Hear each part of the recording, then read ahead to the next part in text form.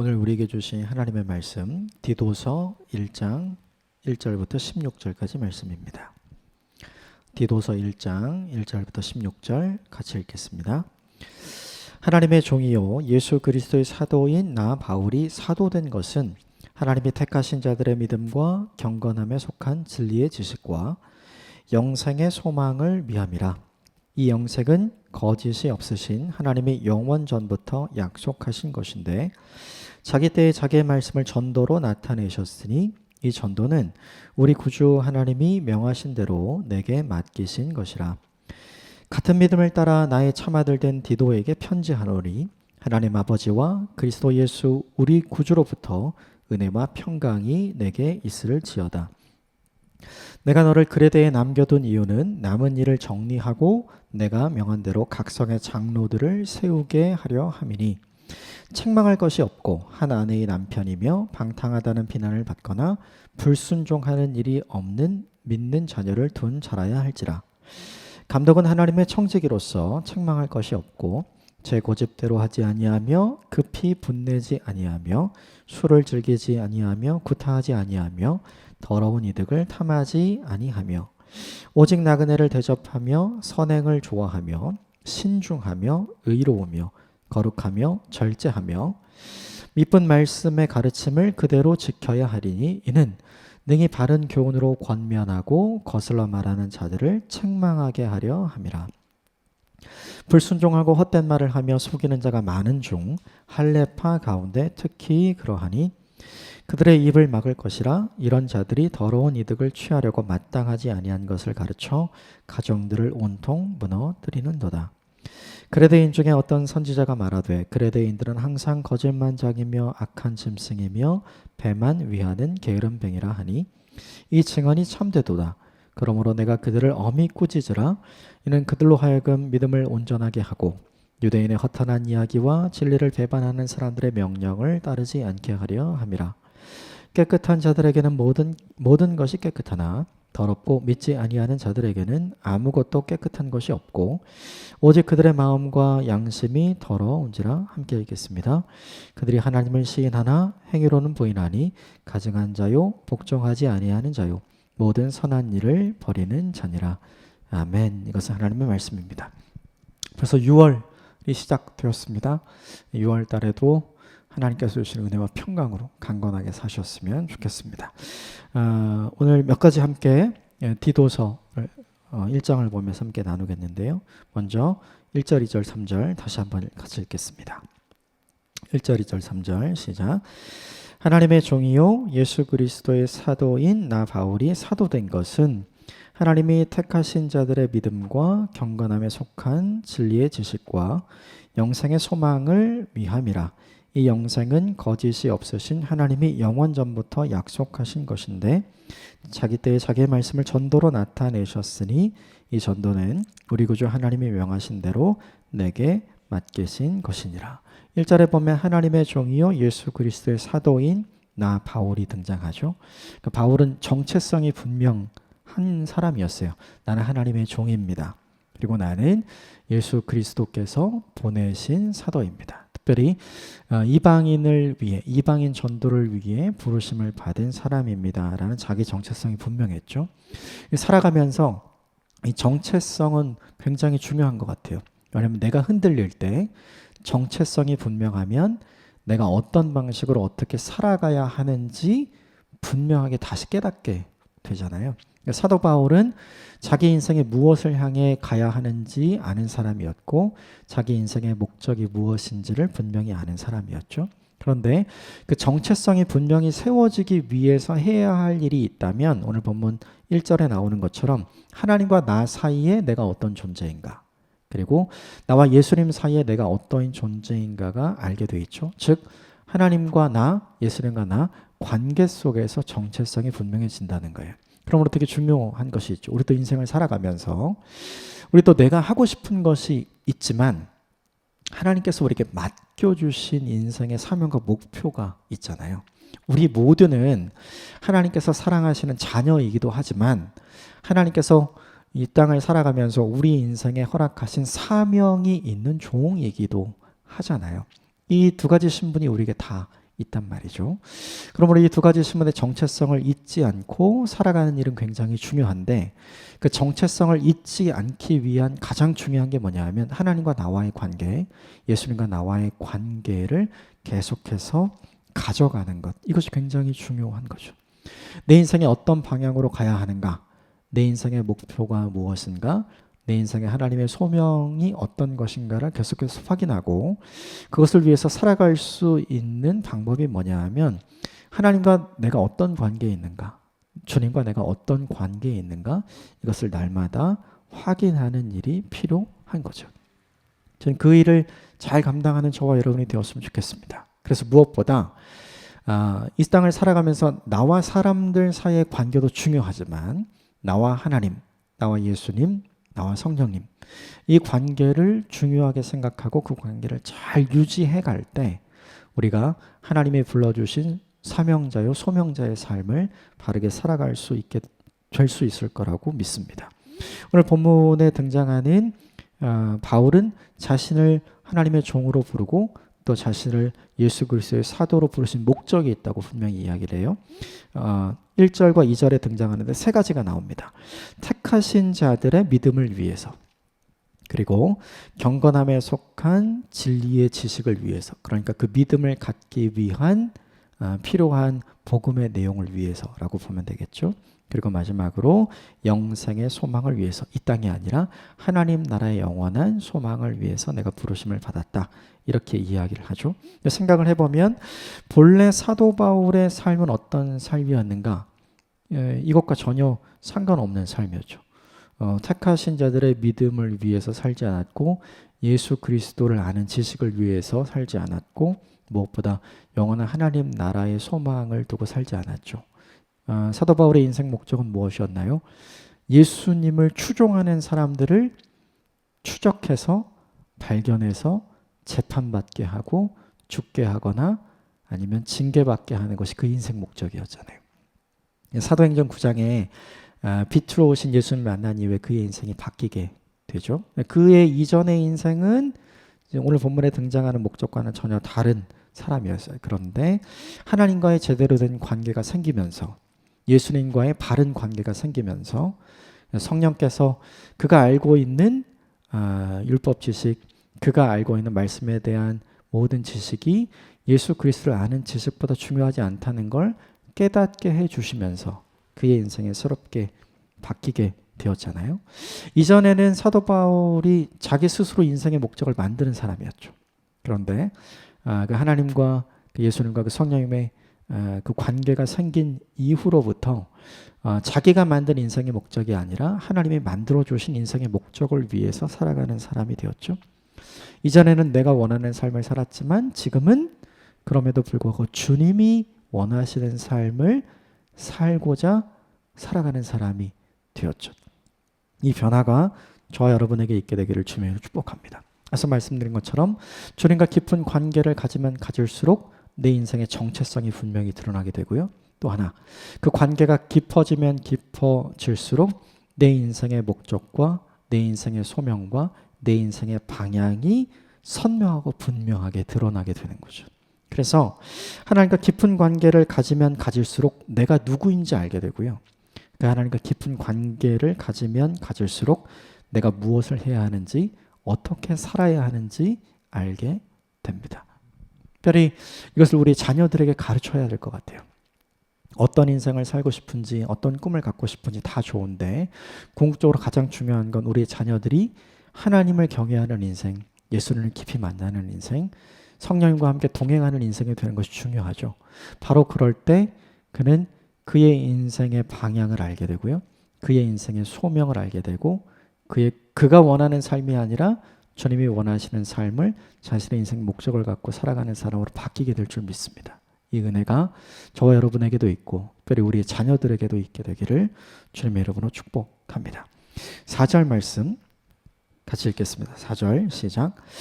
같은 믿음을 따라 나의 참아들 된 디도에게 편지하노니 하나님 아버지와 그리스도 예수 우리 주 구주로부터 은혜와 평강이 내게 있을지어다. 4절에 같은 믿음을 따라 나의 참아들 된 디도에게, 거기 밑줄을 그으시고 같은 믿음을 따라 거기에 뭔가를 표시해 주시면 좋겠어요. 디도가 누구인가 이제 사도행전에는 잘 나오지 않지만 서신서에 많이 나오는데요. 디도는 헬라인이었고 바울 때문에 회심한 사람이었습니다. 그래서 사도 바울이 회심한 그때에 사도 바울이 예루살렘에 사도들을 만나러 가잖아요. 그때 함께 동행했던 사람이었고요. 사도 바울과 함께 선교 여행을 다니면서 복음 전도 사역을 함께 했던 사람, 그리고 교회를 함께 세웠던 사람, 그리고 예루살렘 교회를 돕기 위해서 이제 헌금 모금을 할 때 열심히 옆에서 동역했던 사람으로 성경에 기록이 되어 있죠. 되게 중요한 건 이 디도를 자신의 참 아들, 사도 바울의 진짜 아들이 아님에도 불구하고 진짜 아들처럼 여기는 아주 깊은 관계에 있는 사람으로 사도 바울이 삼죠. 그래서 사도 바울이 디도에게 중요한 일을 맡겨요. 그 일이 5절입니다. 5절 같이 읽겠습니다. 시작. 내가 너를 그레데에 남겨둔 이유는 남은 일을 정리하고 내가 명한 대로 각성의 장로들을 세우게 하려 함이니라. 예루살렘에서 결국 로마로 가게 되죠. 그리고 로마에서 1차 투옥이 되었다가 잠시 풀려나요. 풀려난 때 사도 바울이 디도와 함께 오늘 본문에 등장하는 크레타 섬이죠. 이 섬에 전도 여행을 오게 되고 거기서 교회를 세우게 되고요. 사도 바울이 다른 선교지로 떠나면서 함께 왔던 디도를 남겨두고 남겨진 그리고 세워진 교회와 성도들을 돌보게 맡기게 된 거죠. 그래서 남은 일을 정리하게 하는 것, 교회 리더들을 세우는 중요한 일을 하게 하는 것, 이 일을 이제 디도에게 맡겼는데 4절과 5절을 보면서 우리에게 중요하게 주시는 메시지가 하나 있다면 무엇이냐면 시간이 지나면 지날수록 나에게 중요한 사람이 있잖아요. 그리고 시간이 지나면 지날수록 함께 하나님 앞에서 받은 믿음의 소명을 함께 나누고 함께 일을 해갈 수 있는 동역자. 그것은 어떻게 생기는가? 함께 하는 시간이 오래됐다고 생기는가? 그렇지 않아요. 그게 아니라 오늘 보면 4절에 있는 것처럼 같은 믿음을 가졌기 때문에 가능한 거죠. 이게 되게 중요한 게 너와 나 사이에 뭐가 있는가가 굉장히 중요해요. 너와 나 사이에 돈이 있으면 그 돈이 사라지면 관계는 깨지는 거죠. 너와 나 사이에 힘이 있으면 그 힘이 사라지면 그 관계는 깨지는 거예요. 너와 나 사이에 재미가 있으면 그 재미가 사라지면 관계는 깨지는 거죠. 그런데 너와 나 사이에 하나님이 있으면 그러면 그 하나님 때문에 하나님은 사라지는 존재가 아니잖아요. 하나님 영원하신 존재잖아요. 그러니까 이 영원하신 하나님 때문에 맺어진 관계에 의한 사람은 시간이 지나면 지날수록 더 견고해지고 더 깊어질 수 있는 것이죠. 그래서 가장 중요한 일을 맡기고 갈 수 있는 사람이 될 수 있다는 걸 보여주는 거죠. 결국 4절과 5절이 우리에게 보여주시는 메시지, 우리에게 도전을 주는 게 뭐냐 하면 우리가 관계를 맺고 있는데 우리가 무엇으로 관계를 맺고 있는가? 돈 때문에 관계 맺는 사람이 있고 힘 때문에 관계 맺는 사람이 있고 뭐 재미 때문에 관계 맺는 사람이 있고 또 자녀들 때문에 관계 맺는 사람들이 있고 뭐 사는 지역 때문에 관계 맺는 사람들도 있잖아요. 그런데 우리 인생에 무엇보다 중요한 건 뭐냐면 하나님 때문에 관계가 생긴 사람. 그래서 함께 하나님 나라를 위해 동역할 수 있는 사람이 우리에게 너무 중요하다는 거죠. 저는 이런 동역자가 저와 여러분의 일평생에 많아지기를 주님으로 축복합니다. 가장 중요한 일을 맡길 수 있는 사람이 되는 거. 그렇다면 그가 내 인생의 가장 중요한 사람이 되는 거겠죠. 하나님 때문에 깊어지는 관계가 있게 되기를 바랍니다. 하나님 때문에 동역할 수 있는 관계가 저와 여러분에게 있게 되기를 주님으로 축복합니다. 이것은 돈 주고 살 수 없는 것 같아요. 이것은 하나님의 은혜로 만들어지는 관계인 것 같습니다. 이 관계를 아름답게 만들어가는 저와 여러분이 되시기를 주님의 이름으로 축복합니다. 오늘 본문에 5절에 이야기했던 것처럼 교회 리더를 세운 일이 중요하다고 했는데 교회 리더의 조건이 나와요. 세 가지 조건이 나오는데 가정에 충실한 사람, 그리고 사회적으로 인정받는 사람, 그리고 무엇보다 신앙적으로 흔들림이 없는 사람, 이 세 가지 조건이 나와요. 6절이 가정에 충실한 사람에 대한 내용이고요. 그리고 7절과 8절이 사회에서 인정받는 사람, 흔들림 없이 책망받을 것이 없는 사람이고요. 그리고 9절이 신앙적으로 흔들림이 없는 사람에 대한 이야기예요. 9절 같이 읽어보겠습니다. 9절 시작. 밑분 말씀의 가르침을 그대로 지켜야 하리니 이는 능히 바른 교훈으로 권면하고 거슬러 말하는 자들을 책망하게 하려 함이라. 장로와 감독이라는 교회를 중요하게 섬기는 직분자를 세우면서 중요하게 생각했던 건 아니면 가족에서 비난받을 것이 책망할 것이 없는 사람, 그리고 사회에서 인정받는 사람, 그리고 무엇보다 우리 마지막에 읽은 것처럼 하나님 말씀을 잘 배우고 마음에 잘 새기고 그것을 잘 실천함으로 신앙적으로 흠잡을 것이 없는 사람이 되어야 한다는 거죠. 이 세 가지가 점층적으로 나오는데 사실 세 가지 모두가 다 중요한 거죠. 거꾸로 생각을 해보면 되게 중요해요. 신앙적으로는 문제가 없는데 사회적으로 그리고 가정에서 지탄받는 사람이라면 이 사람이 가지고 있는 복음의 내용을 누군가에게 전달했을 때 그것이 잘 먹히게 될까요? 그것이 잘 영향력 있게 될까요? 결코 그렇지가 않은 거죠. 그러니까 이 세 가지는 사실은 어느 하나의 문제가 생기면 사실은 그 존재 자체로 복음 전달의 장애물이 될 가능성이 굉장히 높은 걸 보여주는 거예요. 이 세 가지를 우리 모두에게 다 점검해 볼 필요가 있는 것 같아요. 우리 중에 이런 거 되게 많은 것 같아요. 교회에서만 잘 하려고 하는 사람, 신앙적으로만 잘 하려고 하는 사람. 그런데 가정에서 문제가 생기고 그가 일상적으로 살아가는 일터와 사회에서 문제가 생기면 그가 신앙인이라고 누군가가 알았을 때, 또 그가 신앙을 누군가에게 전했을 때 그것이 하나도 영향력이 없게 되는 거죠. 그래서 이 세 가지는 우리 모두에게 다 중요한 일 같아요. 하나님께서 우리에게 교회에만 우리를 보내주신 것이 아니잖아요. 하나님께서 우리에게 기본적으로 가정에 보내주시고 또 우리가 관계하는 일터와 사회 안에 보내주셨잖아요. 가정에서도 책망받거나 비난받을 것이 없는 인생, 사회에서도 사랑받고 존경받는 인생이 되는 것. 그래서 결국에 내가 어떤 신앙을 든든하게 가진 사람이라는 걸 알려줘도 저 정도면 괜찮다 라고 인정받을 수 있는 존재가 되는 것이 훨씬 더 중요한 거라는 걸 이 본문이 우리에게 보여주는 거죠. 이 세 가지를 잊지 않으셨으면 좋겠어요. 교회에서만이 중요한 게 아니라, 그렇죠? 가정에서도 중요하고 일터와 사회에서도 우리의 모습이 너무나도 중요하다는 거. 하나님이 세우시는 일꾼은 이 세 가지 모두를 잘 감당하는 사람이라는 것. 이것 잊지 않았으면 좋겠습니다. 왜냐하면 그것이 어느 하나의 문제가 생겼을 때 그의 존재 자체로 오히려 복음의 걸림돌과 장애물이 될 수 있기 때문이죠. 그래서 우리에게 적용해 봤으면 좋겠습니다. 가정에서의 나의 모습은 어떤가? 일터와 사회에서의 나의 모습은 어떤가? 또 교회 안에서의 하나님 앞에서의 나의 모습은 어떤가? 이것을 잘 적용하고 부족한 것을 잘 고쳐나가는 저와 여러분이 되었으면 좋겠습니다. 우리 마지막 10절과 11절 하나만 더 보겠습니다. 10절 11절 같이 읽겠습니다. 시작. 불순종하고 헛된 말을 하며 속이는 자가 많은 중 할례파 가운데 특히 그러하니 그들의 입을 막을 것이라. 이런 자들이 더러운 이득을 취하려고 마땅하지 아니한 것을 가르쳐 가정들을 온통 무너뜨리는지라. 이 그레데 교회 안에 있었던 이제 거짓 교사들에 대한 이야기가 등장하는데 이들은 모두 할례 받은 사람들이다 이렇게 이야기하죠. 그러니까 이 당시 이야기로 하자면 이제 유대주의자들인데 쉽게 말하면 하나님 잘 믿는 사람들, 그런데 방식이 조금 다른 사람들, 그래서 중요하게 여기는 것이 조금 다른 사람들이라고 보면 될 것 같아요.